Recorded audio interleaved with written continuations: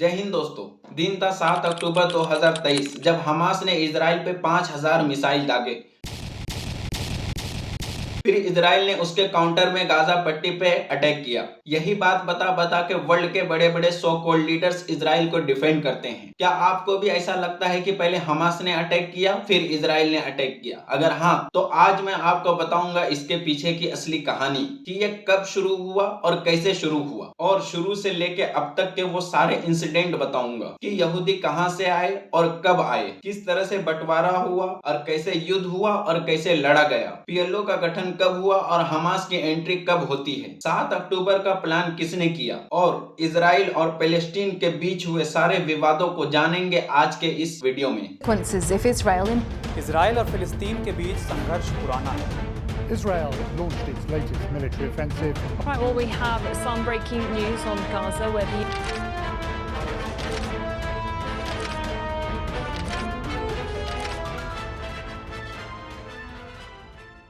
तो बात है आज से 80-90 साल पहले की, जब हिटलर द्वारा यहूदियों पे जुल्म ढाया जा रहा था। देखिए, ये है वर्ल्ड मैप और ये है इंडिया, और इसके वेस्ट साइड में ये है जर्मनी, जो कि यूरोप महाद्वीप में पड़ता है। इसका शासक था हिटलर, जिसका मानना था कि जर्मनी में कुछ भी अगर गलत होता है तो उसका कारण है ज्यूइश। ऐसे तो पूरे यूरोप में यहूदियों के खिलाफ थोड़ी थोड़ी गिना थी, लेकिन जर्मनी में कुछ ज्यादा ही था। सबसे ज्यादा अत्याचार यहूदियों पे 1933 से 1945 के बीच हुआ, जिसमें 6 मिलियन लोग यानी के 60 लाख लोग मारे जाते हैं, जिसको दुनिया होलोकास्ट के नाम से जानती है।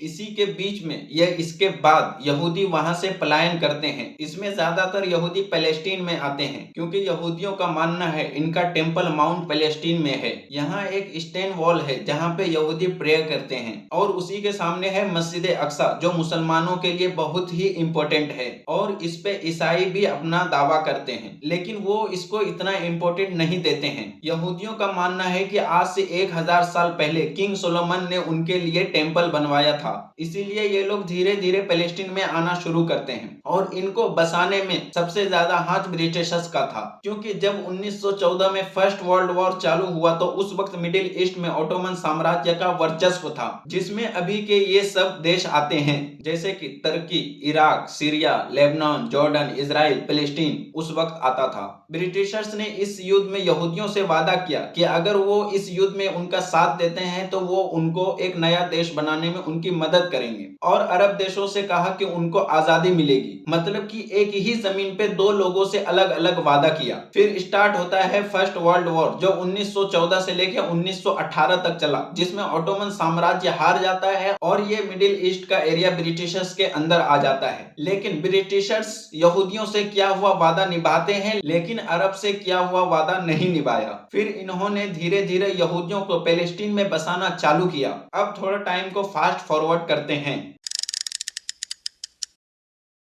फिर आता है सन 1933, जब हिटलर ने यहूदियों पे जुल्म करना चालू किया। इसके बाद ही सबसे ज्यादा यहूदी पैलेस्टीन में आए। 1932 से लेके 1939 के बीच 2,35,000 यहूदी आए, जिसमें लगभग 60,000 जर्मन यहूदी थे। अब आते हैं इजराइल पैलेस्टीन 2 स्टेट सॉल्यूशन पे।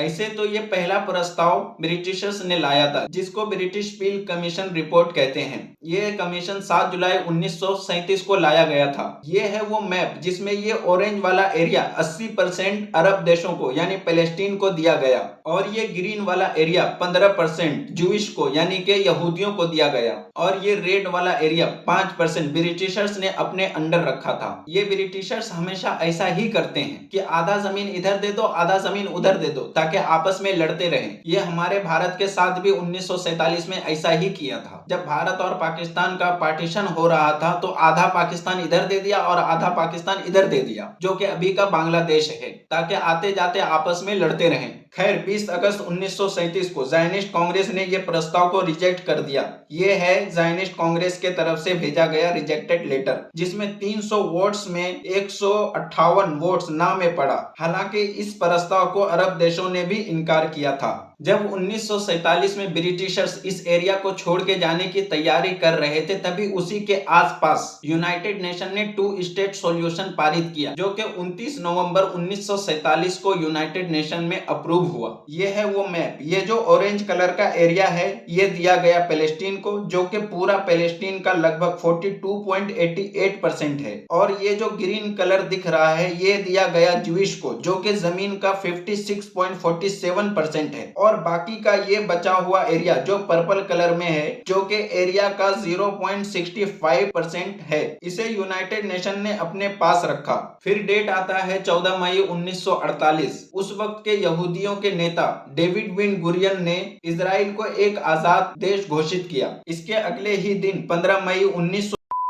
5 अरबियन देशों ने हमला किया, जिसमें मिस्र, जॉर्डन, लेबनान, सीरिया, इराक, बाकी और सहयोगी देशों ने भी साथ दिया, जैसे Saudi Arabia, Yemen, Sudan and Morocco भी शामिल था। इस युद्ध में इजराइल के तरफ से लड़ने वालों की संख्या शुरू में 30,000 थी, लास्ट में आते आते 1,17,000 पहुंच गया। और अरब देशों की तरफ से लड़ने वालों की संख्या शुरू में 13,000 थी और अंत तक आते आते 65,000 हो गया। और इजराइल की तरफ से मारे जाने वालों की संख्या लगभग 6,500 था, जिसमें 4,000 तक सैनिक और 2,500 के करीब नागरिक थे। और अरब देश के तरफ से मारे जाने वालों की संख्या करीब 13,000 थे टोटल, जिसमें सैनिक और नागरिक दोनों हैं। फिर इस युद्ध के समाप्त होने के बाद इस एरिया में एक ग्रीन लाइन बन गया और एक एग्रीमेंट हुआ, जिस एग्रीमेंट को आर्मिस्टिक एग्रीमेंट भी कहते हैं। और ये है पार्टीशन के समय का मैप, और ये है ग्रीन लाइन बनने के बाद का मैप। ये जो येलो कलर का नीचे वाला एरिया है, ये इतना एरिया इजराइल के पास चला गया, और ये ऊपर वाला एरिया भी इजराइल के पास चला गया। ये इतना बचा एरिया, जिसे गाजा पट्टी कहते हैं, ये एरिया मिस्र के पास चला गया। और ये जो बीच का येलो वाला एरिया है, ये जॉर्डन के पास चला गया। और अब ये रहा युद्ध विराम के बाद का पूरा मैप। ये जो रेड वाला एरिया है, ये पूरा एरिया इजराइल का हो गया, और ये बीच में ग्रीन वाला एरिया जॉर्डन का, और नीचे का ग्रीन वाला एरिया मिस्र का। इसके बाद पैलेस्टीन बचा ही नहीं। यह आर्मिस्टिक एग्रीमेंट 1967 के 6 दिवसीय युद्ध तक रहा। ये आपको अभी आगे बताऊंगा। फिर 28 मई 1964 को पैलेस्टीनियन काउंसिल की बैठक यरूशलेम में बुलाई गई। इसके 5 दिन बाद यानी कि 2 जून 1964 को काहिरा में, जो कि मिस्र की राजधानी है, यहाँ पे अरब लीग ने मिलकर पीएलओ की स्थापना की, जिसका फुल फॉर्म होता है द पैलेस्टीनियन लिबरेशन ऑर्गेनाइजेशन। ये बहुत सारे छोटे छोटे गुटों को मिलके ये बनाया गया था। इसी गुट में एक पार्टी था फतह,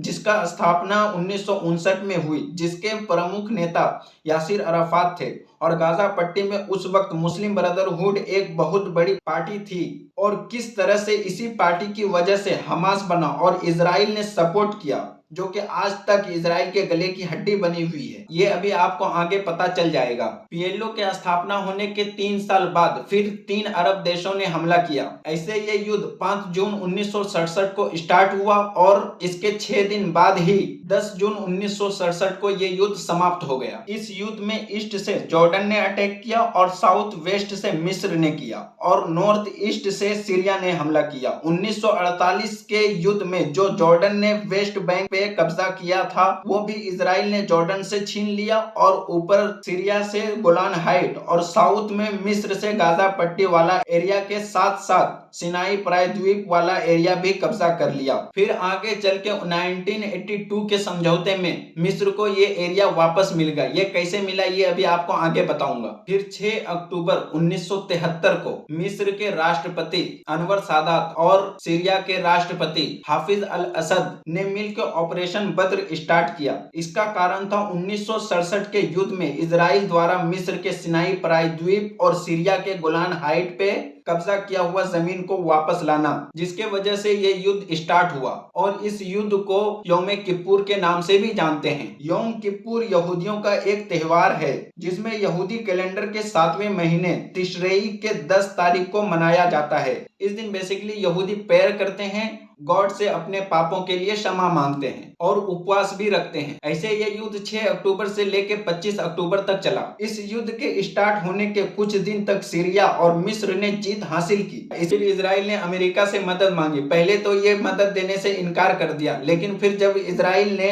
अमेरिका को परमाणु हथियार इस्तेमाल करने का धमकी दिया, ये ब्लैकमेलिंग अमेरिका के राष्ट्रपति रिचर्ड निक्सन को मदद भेजने के लिए काफी था। फिर अमेरिका ने इजराइल के मदद के लिए ये सब हथियार और इतने हथियार भेजे। आप इसको पॉज करके पढ़ सकते हैं। अगर आपको और पूरा डिटेल्स में पढ़ना है तो इसका लिंक मैं आपको इस वीडियो के डिस्क्रिप्शन में दे दूंगा। फिर ये हथियार मिलने के बाद इजराइल ने हमला किया और वो हमला करते करते आगे बढ़ता गया और वो तब तक आगे बढ़ता गया जब तक कि वो मिस्र के साउथ में स्विस शहर तक नहीं पहुंच गया। फिर 22 अक्टूबर को यूनाइटेड नेशन ने एक प्रस्ताव पारित किया जिसमें सभी देशों को युद्ध रोकने की रिक्वेस्ट की, लेकिन ये प्रस्ताव टूट गया। 23 अक्टूबर को फिर यूनाइटेड नेशन ने विराम प्रस्ताव लाया जिसमें अमेरिका और सोवियत संघ ने भी दबाव बनाया। इस प्रस्ताव को मिस्र ने मान लिया, लेकिन इजराइल ने हमला जारी रखा और स्विस नहर को पार करके स्विस शहर तक पहुंच गया। जब 24 अक्टूबर को इजराइल ने मिस्र की सेना को पूरी तरीके से घेर लिया, फिर उस वक्त सोवियत यूनियन ने अपनी सेना भेजने की धमकी दी, जिससे थर्ड वर्ल्ड वॉर स्टार्ट होने का संकट छा गया। फिर 25 अक्टूबर को यूनाइटेड नेशन ने रेजोल्यूशन 340 लाया और युद्ध रोकने के लिए दिखाई और सोवियत संघ और अमेरिका के दबाव के कारण यह युद्ध समाप्त हुआ। फिर आगे चल के इजराइल और मिस्र के बीच में कैंप डेविड एग्रीमेंट हुआ। इस समझौते के बाद इजराइल मिस्र से पीछे हटने के लिए राजी हो गया और कई चरणों में अपनी वापसी की और 26 अप्रैल 1982 को ये पूरा हुआ और इजराइल ने सिनाई प्रायद्वीप को मिस्र को लौटा दिया। देखिए, इजराइल और पैलेस्टीन का हिस्ट्री बहुत बड़ा है और ये वीडियो ऑलरेडी बहुत बड़ा हो चुका है, तो इसके अगले पार्ट में आपको बताऊंगा कि मुस्लिम ब्रदरहुड क्या है और इजराइल ने इसे कैसे सपोर्ट किया और इससे कैसे हमास बना और ये 7 अक्टूबर का प्लान किसने किया और कैसे किया, जानेंगे अगले वीडियो में। तब तक के लिए जय हिंद, जय भारत।